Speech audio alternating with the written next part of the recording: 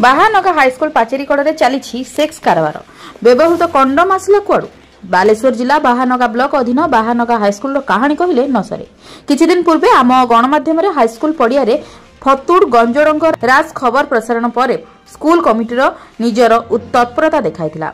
खोला मेला स्थान को बंद करने संध्या 6टा पर मेन गेट ताला पकाइथिला। एहा परे भाड़ुआ रांडी माने भारी टेंशन हो जाइथिले। स्कूल हत्या को अवैध प्रवेश बंद पर पाचेरी कड़े खुलम खुला चली देह बेपार।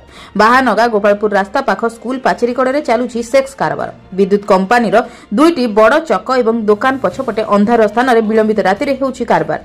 जार नमूना को टिके भल भाबरे देखि नियंतु। राति रे पुलिस पेट्रोलिंग करता बेले ए कारबार होउछि किपरि जहा जणा पडुछि।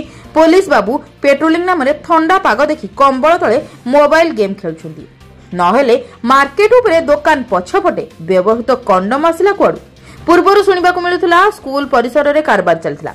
बाट बंद पर पाचेरी कड़े खेल चलुछि। एपरी घटना लज्जाजनक। यथाशीघ्र पेट्रोलिंग कड़ाकड़ी सहित यही घूण्य कार्य बंद करने को बुद्धिजीवी महल में दाबी होइछि। ब्यूरो रिपोर्ट, जन अधिकार लाइव।